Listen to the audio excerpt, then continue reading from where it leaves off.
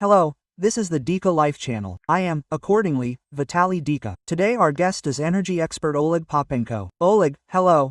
Good afternoon, Vitaly. In addition to energy issues, I would traditionally like to talk about the situation, in general, which we are monitoring. So, there is such a people's deputy Venislavsky, a former representative of the president in the constitutional court. Then they broke pots there. Now he somehow plays alone in the political information field. But, in general, there is a sense of a team game with Zelensky. He states that, obviously, the war, this is obvious to him, yes, is coming to an end. Certain political actions are already beginning. True, he did not name what kind of actions and why he thinks so, but such is the message. And your opinion? I agree with this to a certain extent. And I do not remember you on the air or anywhere else. I was talking about the fact that, this was also evident several months ago. Perhaps it was not so obvious, but I also come to the conclusion that we are talking about actions, but we are not talking about deadlines. Actions, to a certain extent, they exist. And despite the messages from the Russian Federation, although the Ukrainian war there is to a victorious end, it understands that it is physically impossible, physically, whatever you want to call it, technically, and to a certain extent, the parties are making moves to end the war.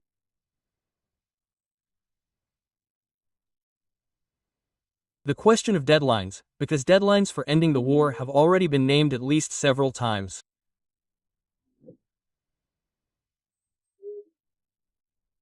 To be sure that these deadlines will somehow be met or that any of these deadlines can be met at all. This is the next question.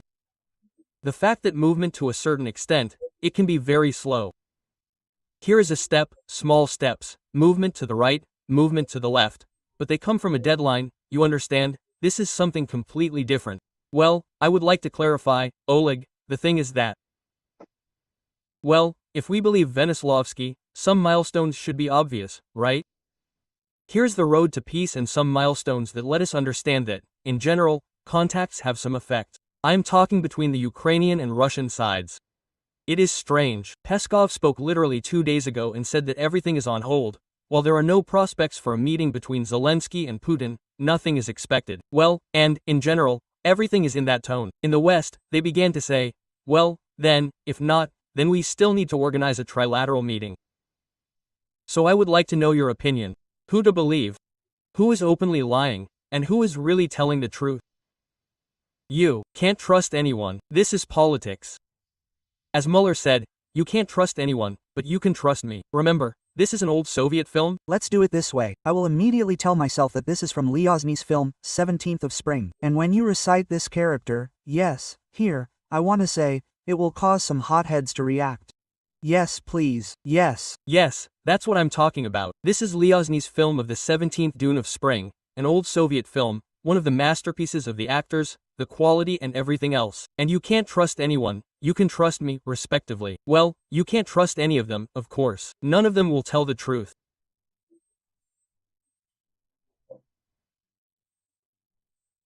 One of the very first factors that I paid attention to, and which indicates that we have begun to move towards a peace process, is the mass exchange of prisoners and, the dead.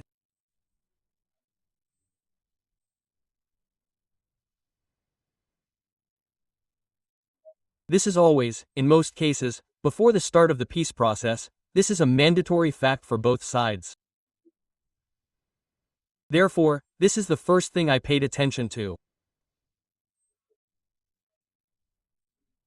Secondly, or rather the opposite, but one of the first factors of movement towards the past process was an agreement between the Russian and Ukrainian sides at the end of last year that during the 2024-25 heating season the parties would not fire at energy infrastructure.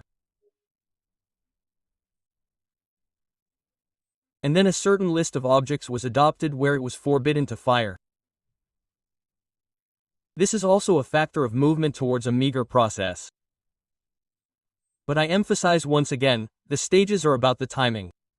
I have already told you about the timing. The timing of approaching peace can be a year or two. The question is that we are moving towards it. But each of the parties wants to play in this situation, to come to a peace process on its own improved terms. That is why Russia says, no, we do not agree, we want Donetsk, Luhansk, Sumy, Kherson, Zaporizhia and Mykolaiv regions. Yes, Ukraine, of course, will not agree with this. Quote. That is why the question now is what regions we want, right? And it is clear that at this time, for this time, the Russian side wants to take the Donetsk region completely. Since this is already written in all of theirs, yes, and in the constitution it is written everywhere that this must be, yes, from the very beginning they said that Donetsk, Luhansk region, because this is a process that is moving towards a peace process, because there again, for the third time I say, if this goes on for several years, I am absolutely not sure. And you know, yes, that we had and, in my opinion, now there is an echo of past events, the Penchik EU summit. Many different guest performers came there. At one time, they were high-ranking officials. They, as always, said different things that are quite, well, inadequately perceived at times, but one way or another.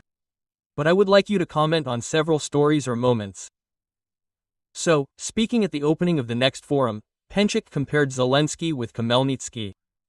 Now everyone is writing about this. You heard, yes, this story? He, in general, called I don't follow. Yes, I didn't follow the testament. Well, yes, Oleg, well, I wanted to, in general. Yes, demonstrate an interesting fact to you. So, he compared with Khmelnytsky, well, in strength, yes, personality in history, of course, licked as best he could. That's it. But in this situation, everything looks quite strange. Firstly, it was surprising, as analysts write, to hear from one Jew to another Jew, considering that Khmelnytsky treated Jews very badly, to put it mildly. And what only, yes, historical facts speak of massive, yes, problems for Jews under Khmelnytsky, and the second is, of course, his rapprochement with Russia. Here are the guys, who are completely out of memory, they are not in the know, they do not know history, they do not read books or something needs to be blurted out and it is not clear how to navigate at a key moment. So, what do you think? They are talking nonsense.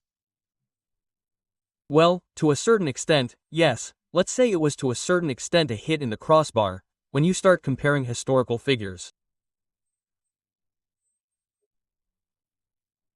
On the one hand, Khmelnytsky not only had a tilt towards Russia, Khmelnytsky had a tilt, and Khmelnytsky knew how to negotiate with the Tatars, and the Turks, and the Poles, and the Russians.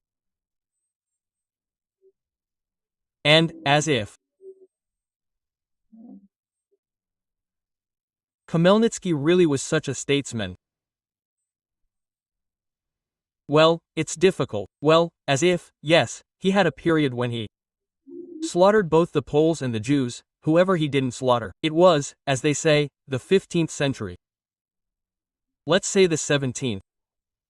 Well, you understand, in those days it was very difficult to compare, well, as if, yes, a historical figure slaughtered. Those were the times that we are comparing now, right? Well, it is very difficult to compare times. It is very difficult to compare historical figures of different scales and different approaches. Oleg, well, I am talking about something completely different. Here we are not even talking about comparison. Here we are talking about the fact that people are very illiterate, practically uneducated. That is, in general, they mold certain parallels, without even knowing the historical heritage there. These people, who, then, they use or appeal to in oral conversation. It looks funny and primitive, you understand, got the point. Right? No, well, I say it again, well, here, and if we are talking about comparison, here we are just comparing, that is, one is pulled up to the other. These are figures of absolutely different scales and different historical periods.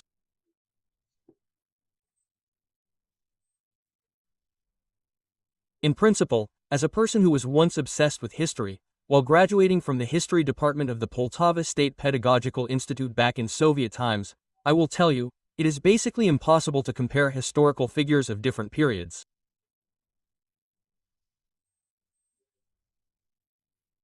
Each historical figure has his own history. I can hear you well, please speak. Yes. Yes.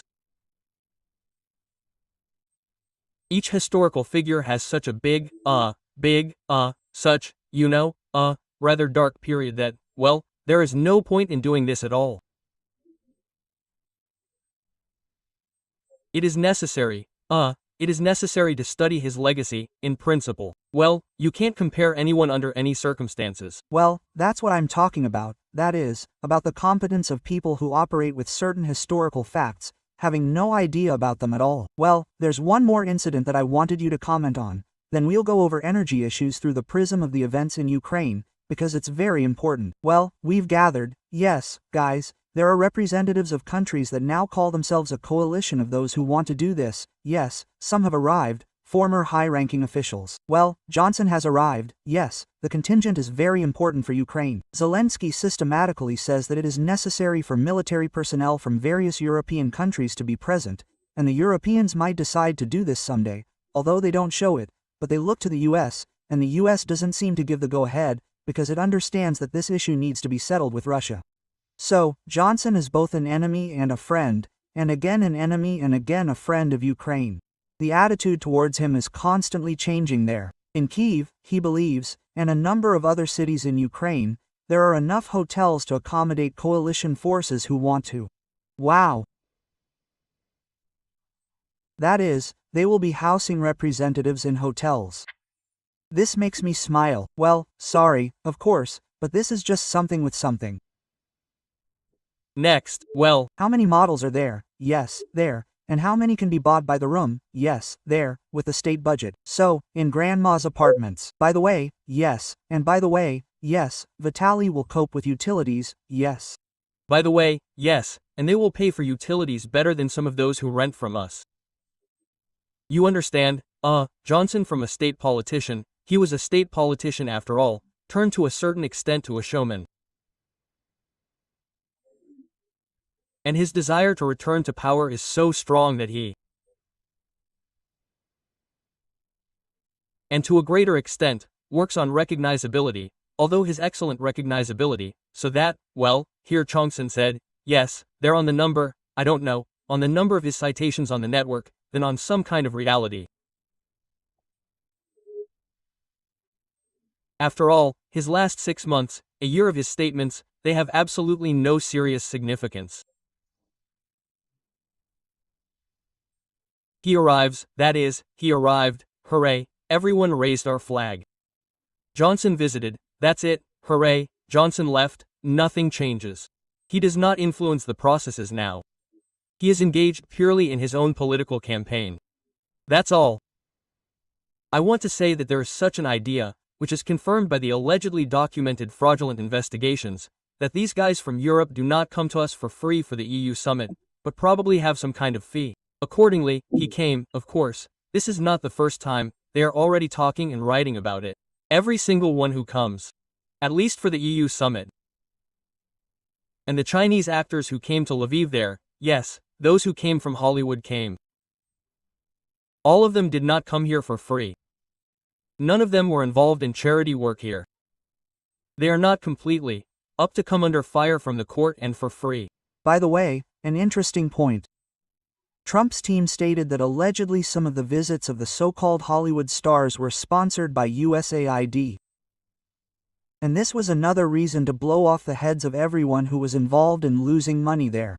Now about energy. This is very important. So, there is an opinion, and the New York Times writes about it, that the United States will not introduce the serious sanctions announced by Trump against Russia and countries that trade with Russia, since the demands on NATO countries to refuse Russian oil are simply a priori impossible to fulfill.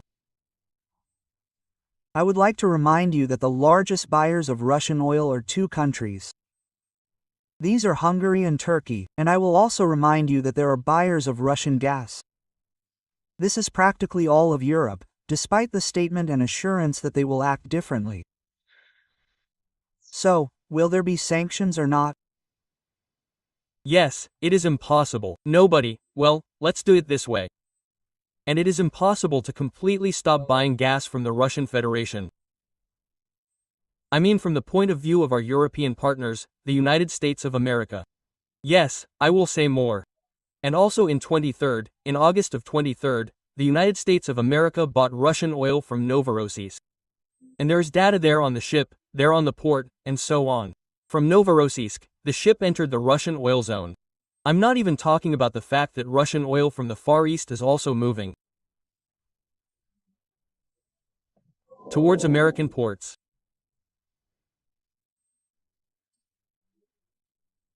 Because, and, secondly, this statement is connected with the fact that Trump had to dodge the statement of Modi, who said that we will not refuse Russian oil. He had to wriggle out of it here, because he expected that now everyone would come running and solve everything. It turns out, no.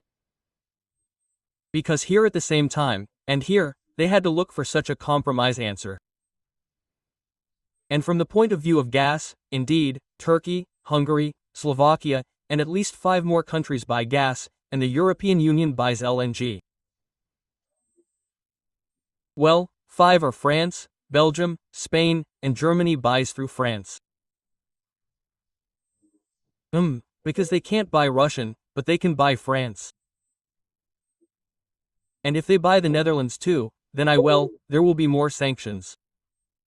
Some kind of 19th package. Well, this is the 19th package anyway, and it will not solve the issue of purchasing Russian oil. It will still be purchased. Some are needed, and some of these are leading, and the price ceiling.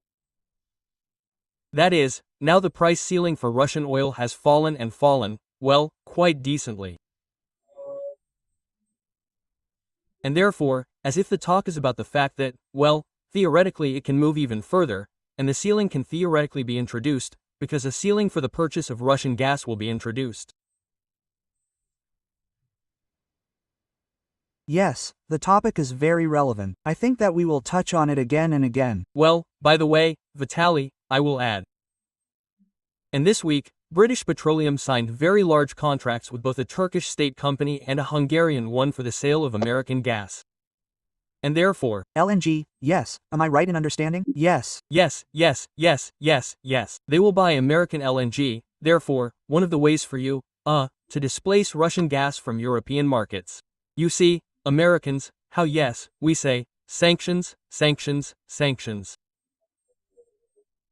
Americans once, but we completely reformatted it due to the Russian-Ukrainian war. They completely reformatted the European gas market, yes, and instead of their 10 to 12%, which were there in 2020-21, today they already have, and a little less than 30%. Here you have the American market, and the European market, and the American one. And tell me, here information appeared that Gazprom, Russian through Singapore, they have apartments there, they say, or some kind of, I don't know, subsidiary company that represents Gazprom, they increased the sale of Russian LNG. Do you know anything about the buyers? Is it also through third parties, European countries or not? Well, Spain, France, Belgium, the Netherlands buy LNG in European countries, and, probably, I think so, Switzerland too, because Swiss companies are intermediaries. Well, that's it, 5 countries that buy, and then the Germans, Germany gets gas from the French. It's also like an intermediary. And if we talk about European countries, if we talk about all the other countries, then there are a large number of those who buy gas. It is clear that for Russia, firstly, the sales volume is falling, and it is falling seriously. European countries are reducing the volume of purchases of Russian ozon less and less, which is far from premium, and the premium market for Russians has long since ended. And the same LNG comes with a discount of up to 15%. I mean LNG to the European market, and with a discount of up to 15%, and in some cases even more. But the situation, remember, was scandalous with Slovakia and, accordingly, Slovakia talked about gas in Hungary. Zelensky and Fitz even met in Uzhgorod, and Zelensky behaved very briskly, as if he dominated these negotiations. Well, it is clear, according to Fitz, he had his own clear position. In general, that's how it is. And as for Hungary, they are buying Russian oil. And how will this story be regulated? After all, look, Orban is supposedly considered close to Trump. Well, I'm not saying a personal friend, yes, but a person who visits him from time to time on these golf courses and so on. And here it turns out that Orban must change his position regarding the purchase of Russian oil. Otherwise, it turns out that Trump also accuses him of stopping the purchase of energy from Russia, then sanctions will be imposed. A vicious circle of problems. Well, as you can see, any vicious circle has a solution. I mean the situation with gas, that both Hungary and Slovakia were shouting, "We will buy Russian gas." Well, what is the situation like for 6 months, a year, and they quickly signed large gas contracts with British Petroleum for the supply of NJ. Will the same happen with oil? It will be more difficult with oil. Well, I just want to say that the Poles had a similar situation, and when they bought Russian oil, and it was some 20th, 19th, 20th, 21st year. And the Poles found a way out. A Polish company. They built their own LNG terminal and now the Americans are there, right? And they are there now, they have a separate gas terminal there, and they have separate oil and gas terminals. Well, it's a little different there, that is, and now they agreed in 2020 or 21st year they agreed with the Emirates and with Qatar. Oil with the Emirates, that's right. They agreed on oil supplies, sold a share in one of the oil refineries, to the Emirate with the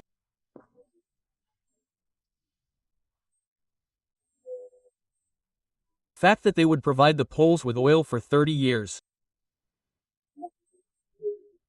So, I think, the issue will remain here until the parties come to a normal agreement.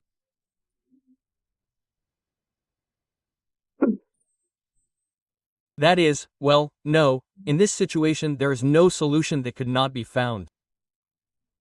Everything will depend on time. How did the situation with gas appear or was the issue with oil resolved? Well, we'll live and see. And have you noticed how interesting it is in Ukraine? They say one thing, and then implement another thing. Well, I remember Zelensky actively spoke before the war and talked about investments. Well, of course, the war began, this whole topic went sour. Then he began to talk about the need for help from partners, which means we will solve everything quickly, efficiently, jointly create enterprises. And, in general, this is a topic for several weeks.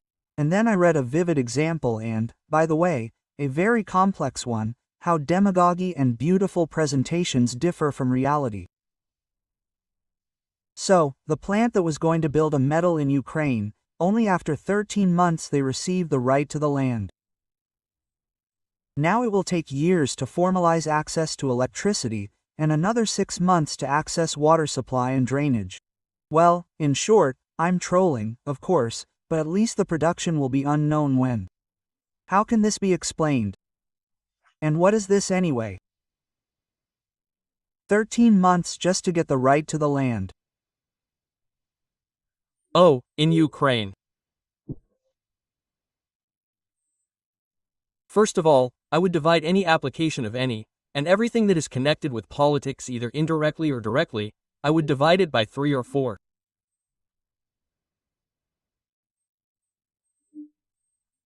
It is clear that in Ukraine it is impossible to build a plant from scratch, and in principle it is impossible without handing out so much money that not everyone will be ready to do it. Well, the simplest example is the waste processing plant in Lviv.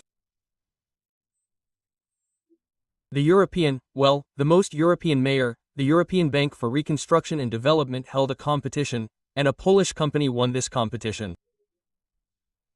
Well, that's it, they gave the money, they gave the plant. As a result, the Polish company has not been able to build this plant for 3 years. Why can't it help? Because the Polish company says that the Ukrainians are in their way. Who is really in their way, no one knows. That's why they swept away the same thing. They say that the metal says that we want to build a plant in Ukraine. They said this a year ago. What they were doing for a year, I don't know. And now they say that they still have to wait for the connection documentation. I firmly believe in this.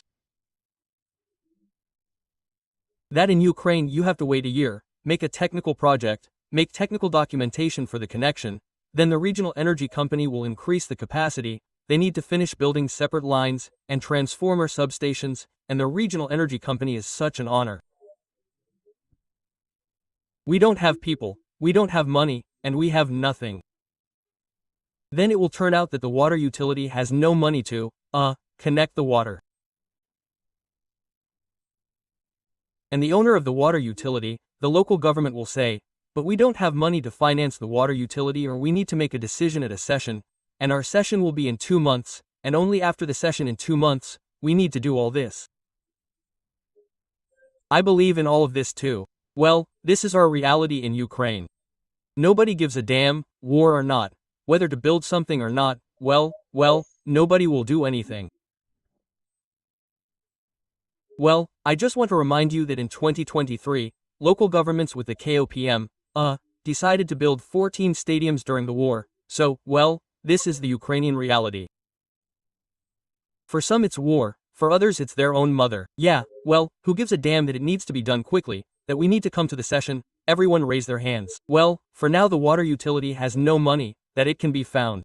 Nobody gives a damn about anything. Well, yes, this is a normal circumstance of wartime. That's how it looks, by the way. By the way, here's an interesting topic. Before now, there have been massive attacks. There have been recently, missile strikes, drone attacks on Ukrainian cities. I remember, before that, more or less, this did not happen with such, well, long intervals, and everything seemed to have died down. And then some strange devils, commentators, various ones about the government media were walking around and talking about how they had agreed not to hit the energy sector.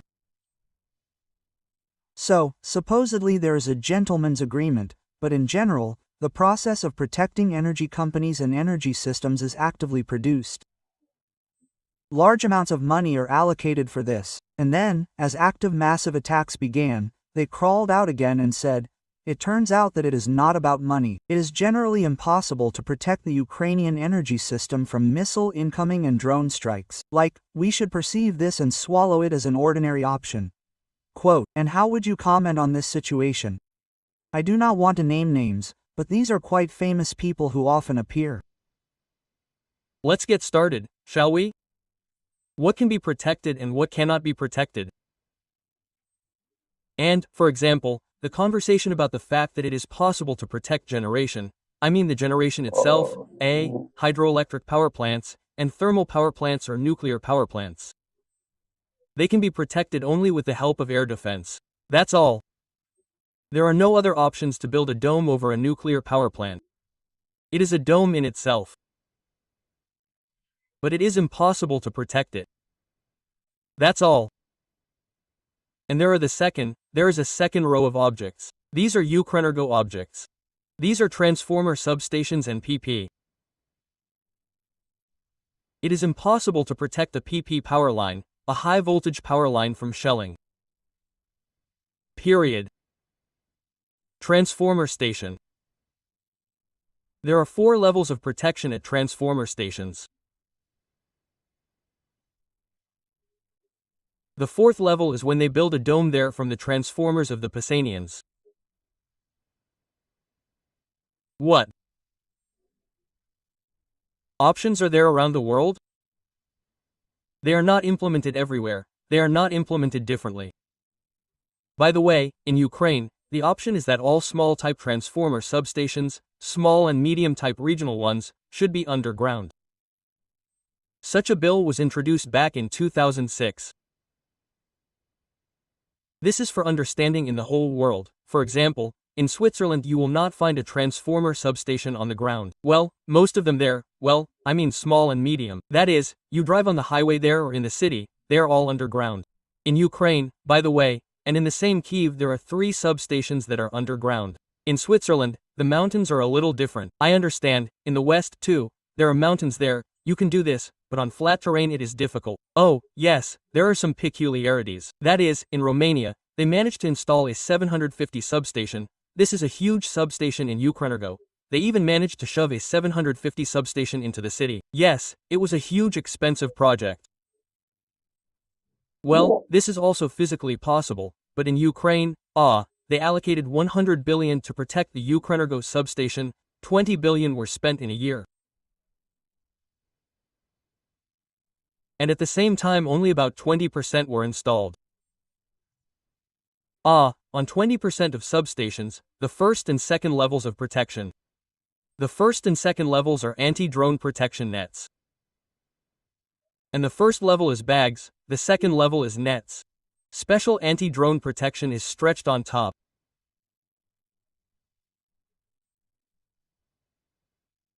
And this is what they were able to do, and what they could master on the third and fourth levels was that they brought in a huge number of blocks, they brought in a huge amount of everything there, well, they even partially built some of these concrete blocks.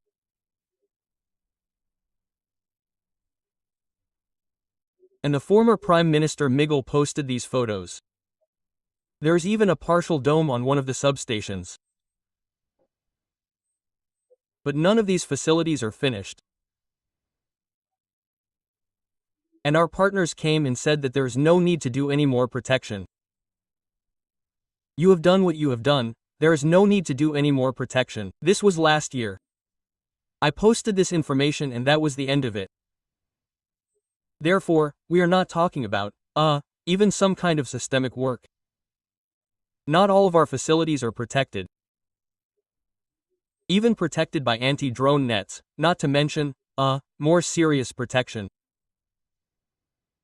Tell me, Oleg, now I hear talk, but in fact I don't see it.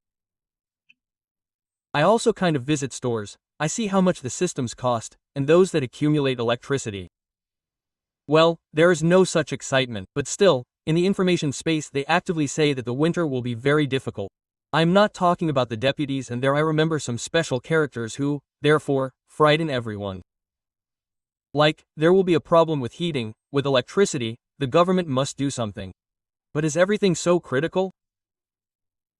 So I wanted to ask you as an energy expert, because it was probably necessary to have some experience from what has already happened, some conclusions have been made, steps have been taken, or everything is the same, to put it mildly.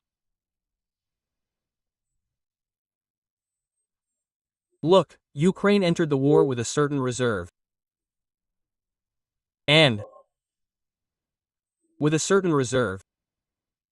I mean the energy system. What does reserve mean?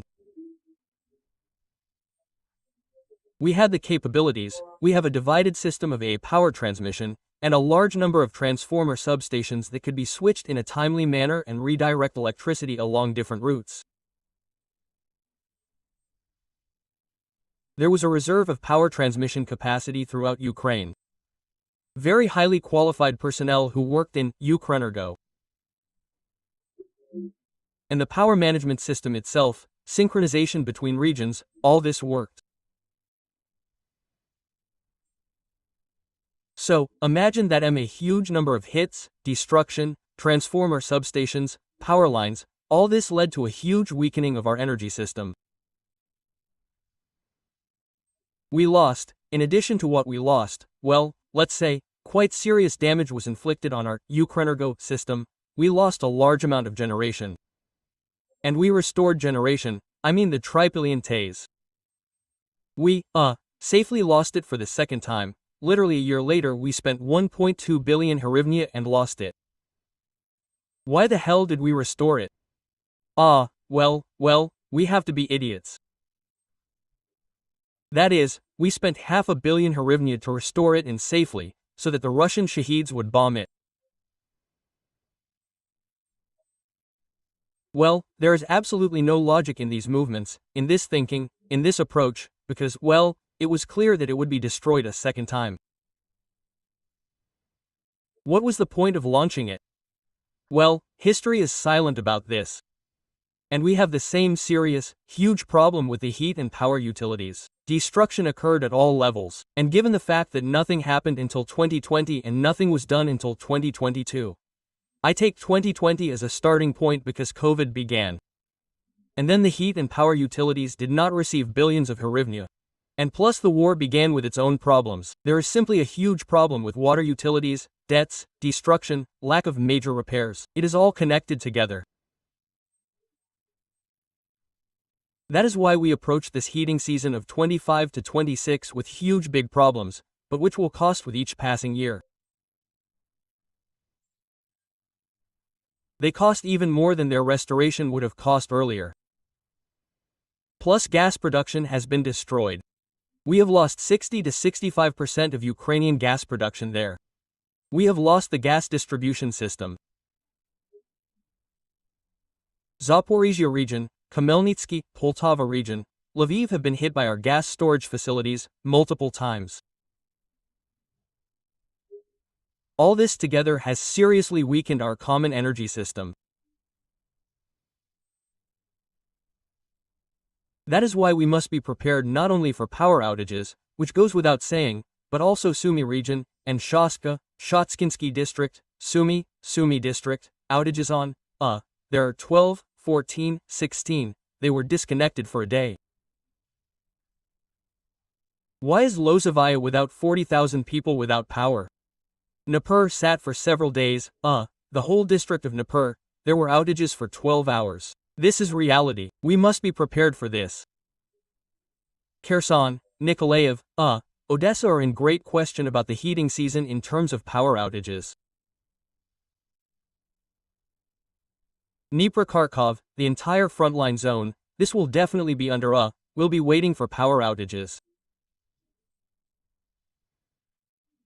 There will also be big problems with heat in Odessa, Kherson, Sumy and many small towns, where, in principle, no one even counts them.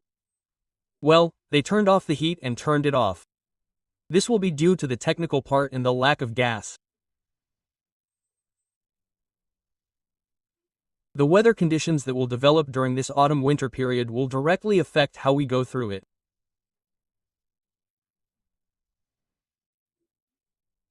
Well, in Kryvyi Rog, Naftogaz has not been able to repair 60 or 70 kilometers of pipe for 10 months.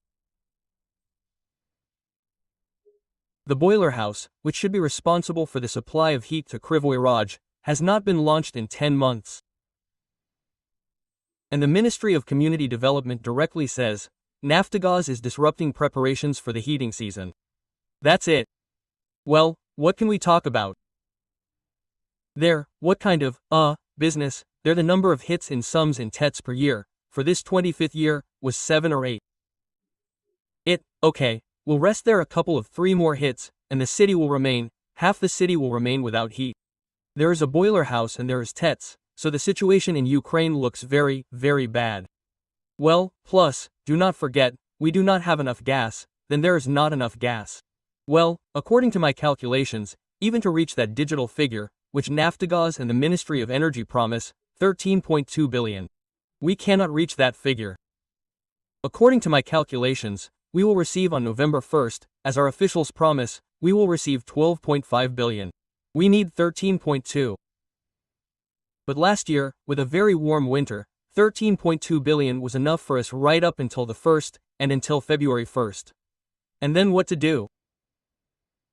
Yes, problem after problem. Oh, by the way, dear dinner spoon, you were talking about serious destruction. I noticed. So, in my opinion, in 2024 we were all notified that the Tripilian thermal power plant was destroyed. This is a thermal power plant. Allegedly, from a powerful strike by the Russians, Centrenergo lost 100% of all generation of the Tripilian thermal power plant. Recently there were massive attacks on Ukraine, and again the story fell asleep that we again lost the Tripilian thermal power plant. So what, were we lied to, or was something restored and again, therefore, destroyed by Russian drones or missiles, or what is happening at all? How can a person understand? I usually Focus on it for the viewers, I will tell you. In my opinion, before the recent events, it was very important for Kyiv and the Kyiv region. And, accordingly, they constantly talked about it. Yes, not only the Kiev region and the Zhytomyr region, and the Cherkasy region, it had a very serious impact. As soon as the mines landed in Tripolkov, well, Tripolskaya TES, the power went out in part of Kyiv. Oleg, please speak louder. It's very hard to hear you for some reason. I can't understand why. Yes. Look, on Tripolskaya TES. And indeed, it was hit, and the hit was by missiles, the hit was in the turbine hull.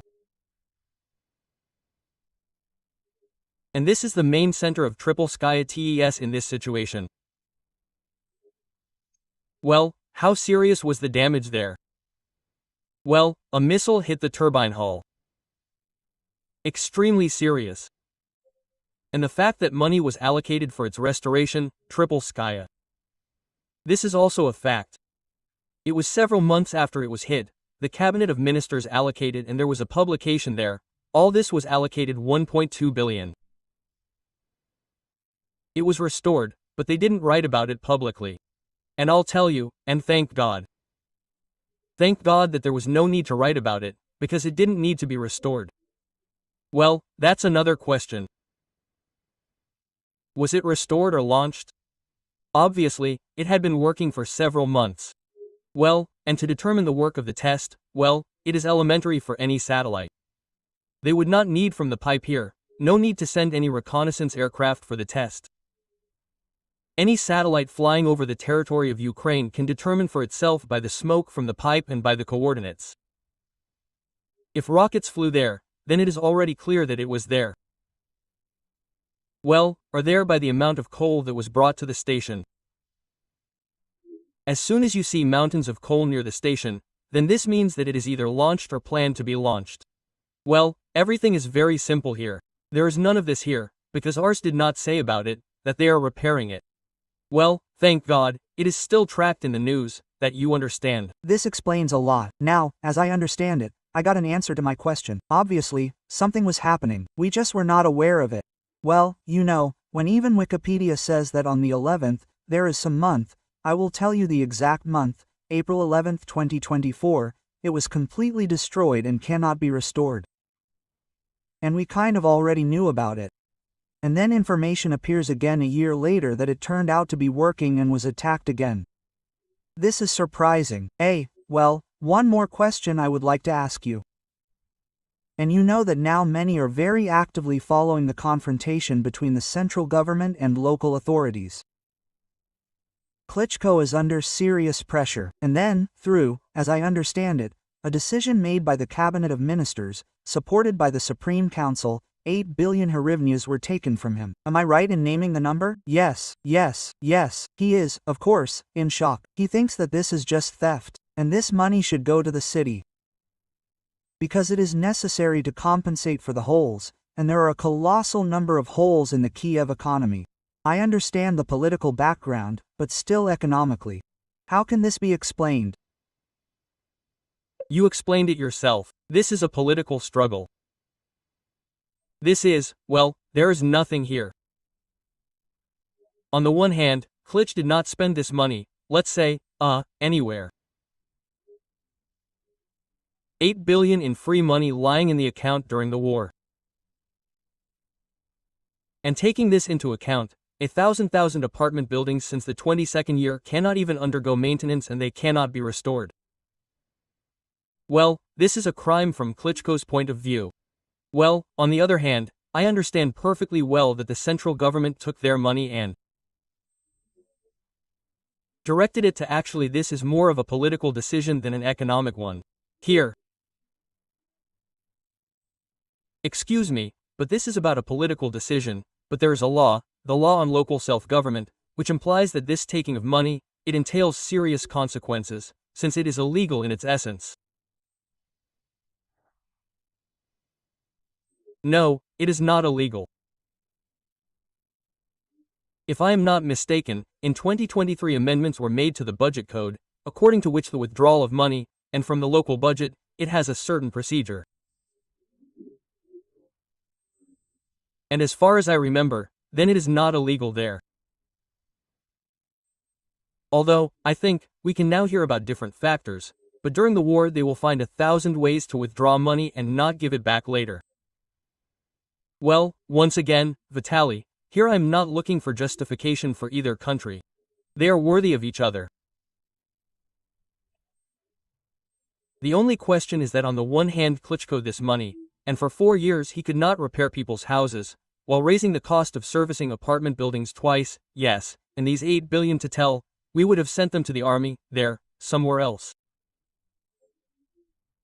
Yes, you cannot help people. On the other hand, it was not he who said that he would help there, then, the teachers who receive low salaries, then, and other social strata that are necessary, yes, for the political advancement of his own yan.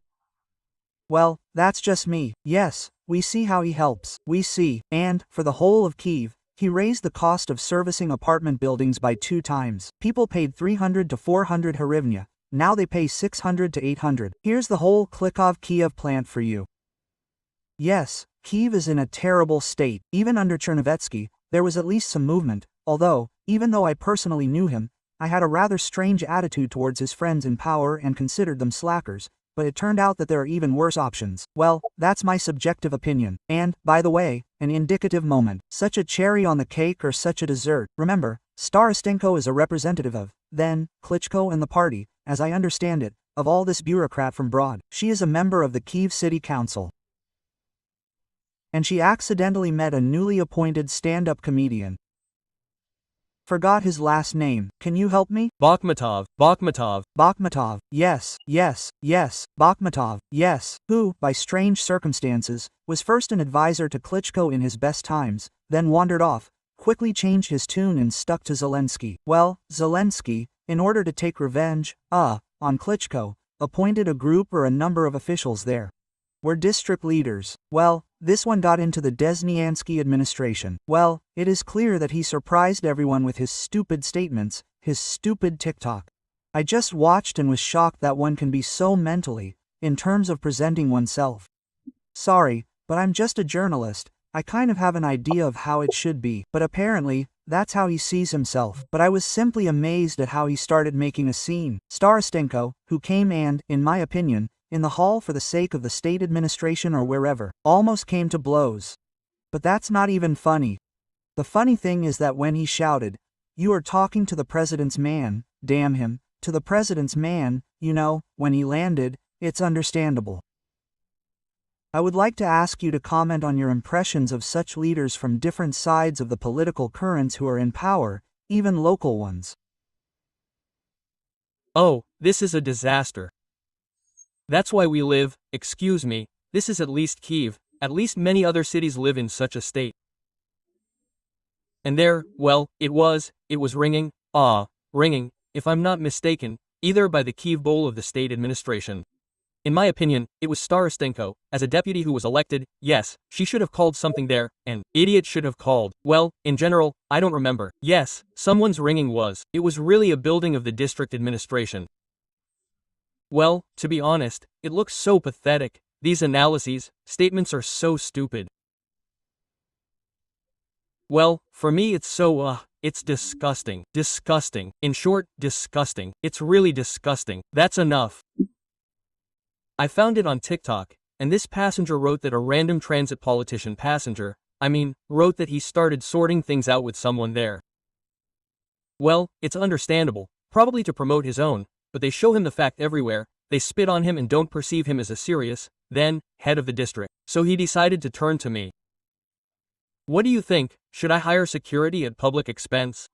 Well, because everyone is like yes, security, yes. So he announced a tender. Well, it's not just him who announced a tender, but obviously he got a slap from the office or from somewhere. What are you doing? What the kind of security can you have? And what can he do? What can an official of a very large city in Ukraine do?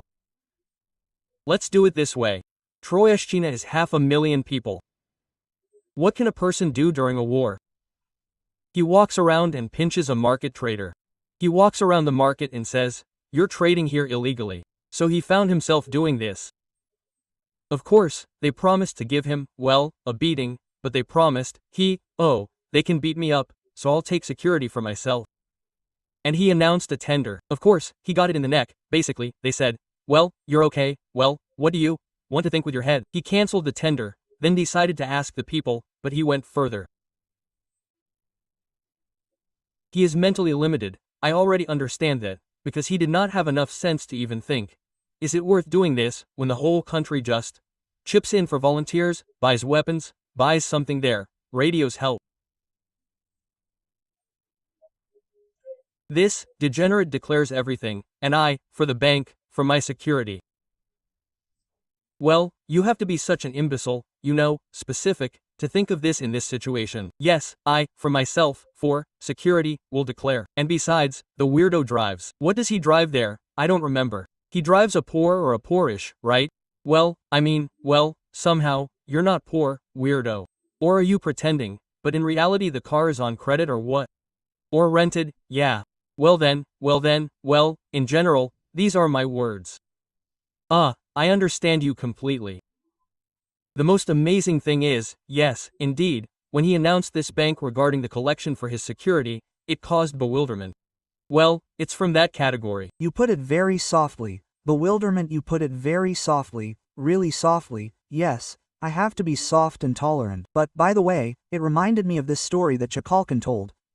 A former deputy, I think, now represents Poroshenko. Yes, he gave an interview here. I was shocked when I heard.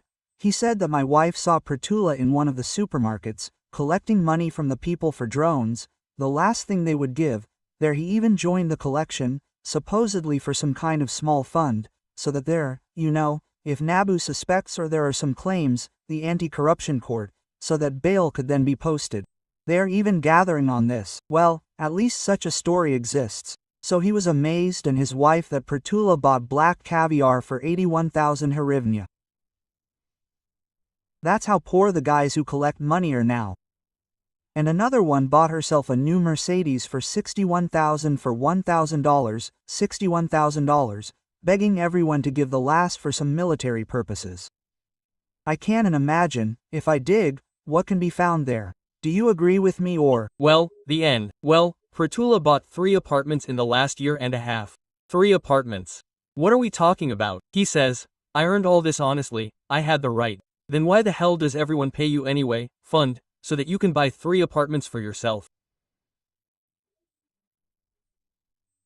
I know people who have a charitable foundation, but do not collect a penny, but direct it from their own business. They allocate 1 or 2, how many hammer % fund? In order to help the front. I know such businessmen, but it turns out, well, this person calculated how much he can. So he decided to help the front, and this is sacred. And when a person collects money from all over the country, and then buys himself apartments, Mercedes or something else, or these in this story is Santa Barbara in Ukrainian, pink with its frost, right? Here they are, and the whole of Ukraine is going through a terrible scam. Of course, I don't watch such crap, but what I came across, again, and on TikTok it turns out that his treatment is free, everything is free for him, but they announced a bank and threw 2.5 million hryvnias into this bank. He transfers money from this bank to her. Yes, he transfers money from this bank to her, and so that during the divorce she buys herself a car. Awesome. I think people have come up with a business to rip people off. Yeah, people are there for their last 10 hryvnia, 5 hryvnia, 100 hryvnia. That's the horror of the whole situation. Moreover, if someone criticizes or talks about such a disgusting, shameful facts about how they spend money, they also fall under a serious information wave of hate, which is also paid for by these devils who are dishonest there. It reminds me of the movie about Dedekind. What was it called? Beware of the car, remember? Run from the car, yeah. When the pastor was buying himself a Volga, and he says, where can I get so much money from you? He says, all this money is for him. Well, that is, for God. There's a little bit left. What can't be used there? I think it's something like that. Oleg, thank you very much. Thank you for finding the time. Thank you for talking to me, to my viewers, answering my questions and sharing your thoughts. Thank you. Yes, thank you very much. All the best. Thanks to everyone who watched. Today our guest was Oleg Popenko, an energy expert and generally an interesting person. I am a journalist from Kyiv, Vitaly Dicky. Don't lose the optimism of any situation. We will meet in a short period of time. All the best to everyone. Good luck.